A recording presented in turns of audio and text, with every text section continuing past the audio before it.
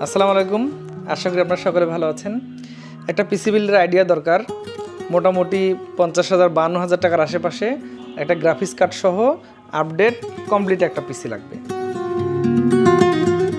আমার মনে হয় এই ভিডিওটা যদি দেখেন, আপনার বাজেট যদি হয় 50,000 টাকার আশেপাশে একটা কমপ্লিট ভালো মানের পিসি লাগবে। হয়তো আপনি এটা দিয়ে মোটামুটি ভিডিওর কাজ করবেন, এডিটিংয়ের কাজ করবেন, বেশ টুকটাক কিছু গেম টেম খেলবেন, ফ্রি ফায়ার, পাবজি, হাবজি এই টাইপের গেমগুলো খেললেন ইমুলেটর ব্যবহার করে। সো আমার মনে হয় যে এইটা হইলেই আপনার জন্য বেশ পারফেক্ট হয়ে যায়। এর চাইতে আর বেশি বাজেট বাড়ানোর প্রয়োজন হবে না। তো কী কী কম্পোনেন্ট দিয়ে দিব সেদিকে যাচ্ছি। তার আগে আমার একটা প্রসেসর চয়েস ছিল যে এটা দিয়ে আসলে ভিডিও বানানো হয় না অনেক সময়। এটা হচ্ছে 8400F। এটা হচ্ছে Ryzen 5-এর একটা প্রসেসর 8400F, একটা আনঅফিশিয়াল ভ্যারিয়েন্টের প্রসেসর। বাংলাদেশ মার্কেটে এসে বক্স হয়ে যায়, এটাকে মোটামুটি প্রসেসর তালিকায় রাখা যায়। এটা হচ্ছে 6 কোর 12 থ্রেডের প্রসেসর। AMD কেন জানি মানে কোর থ্রেড থেকে বের হয়ে আসতেছে না, মানে ওই লিমিটেড কোর থ্রেডের মধ্যেই তারা থাকছে। যদিও আমরা ইন্টেলে গেলে দেখবো যে কোর থ্রেডগুলো অনেক বেড়ে যাচ্ছে। যাক, আমরা তো মানে টাকা দিয়ে কোর থ্রেড কিনবো, তো AMDর কি এমন মানে যে অভাব পড়ে গেছে বা আসলে বেশি যে তারা একটু কোর থ্রেডটা কেন বাড়ায় না?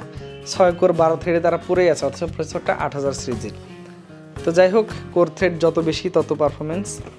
এটা থাকবে 11,000 টাকার আশেপাশে। এরপরে আদার্স আরও কিছু কিছু কম্পোনেন্ট নেওয়া যেতে পারে।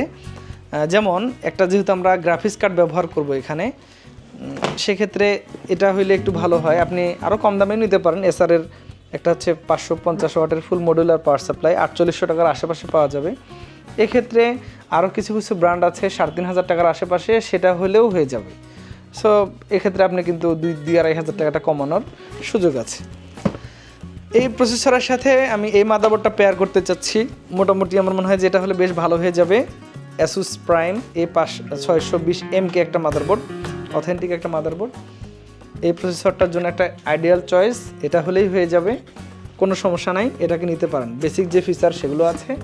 আর যেহেতু আমরা এই মাদারবোর্ডটাতে র্যাম একটা পেয়ার করব DDR5-এর, সো এটার জন্য একটা আইডিয়াল চয়েস। এটা নিতে চাইলে হয়তো আপনি 11,500 টাকার আশেপাশে পেয়ে যাবেন, যেটা মোটামুটি একটা আইডিয়াল চয়েস। আচ্ছা, এটার সাথে আমরা একটা র্যাম পেয়ার করছি। এটা হচ্ছে কিংব্যাং ব্র্যান্ডের 5600 মেগাহার্টসের একটা র্যাম, 16 জিবি। এটা একটা সিঙ্গেল স্টিকেই থাকবে, non-RGB। এগুলো হয়তো আপনি পেয়ে যাবেন ধরেন 5,500 টাকার আশেপাশে, খুব কিন্তু টাইট বাজেটের একটা র্যাম। একটা NVMe নিতে পারেন এখানে Gen 4। NVMeর বাজারে আবারও আগুন লেগে যাচ্ছে, মনে হয় সামনে আবারও Gen 4 NVMeগুলো আপনাদেরকে অনেক বেশি দামে কিনতে হতে পারে।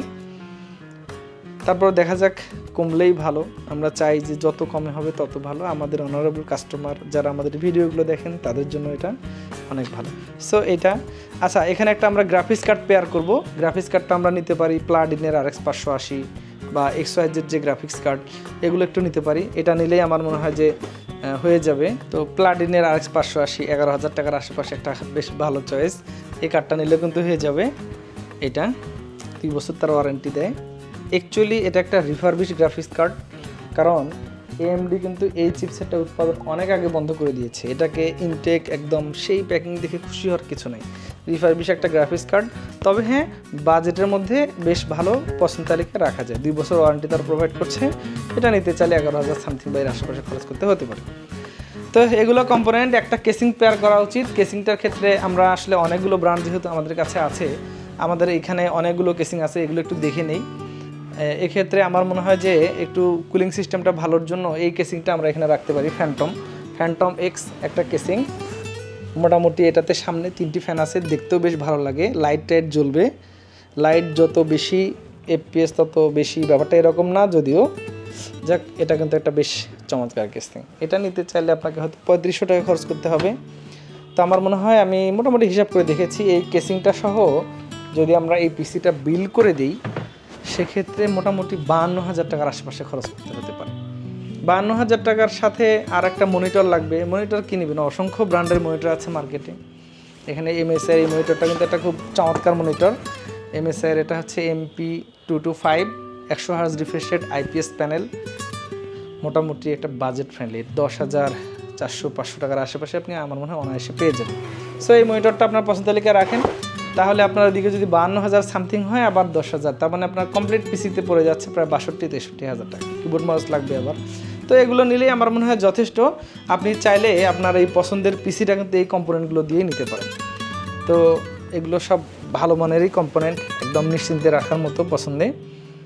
আপনি চাইলে আমাদের এই পিসিগুলো কম্পিউটার ভিশন রংপুরে নিতে পারেন, কম্পিউটার ভিশন ঢাকায় নিতে পারেন, মিনিতা প্লাজা 305 নাম্বার ছোট্ট একটা শপ আছে, হয়তো ছোট, বাট আমরা চেষ্টা করছি সার্ভিসটা একদম উজাড় করে দেওয়ার জন্য, অনলাইন ডেলিভারিটা যেন একদম নিশ্চিন্তে পেতে পারেন আর কি। সকলে ভালো থাকবেন। এই ধরনের যে কোনো পিসি কিনতে স্ক্রিন নাম্বারে যোগাযোগ করে অর্ডার করতে পারেন। আল্লাহ হাফিজ।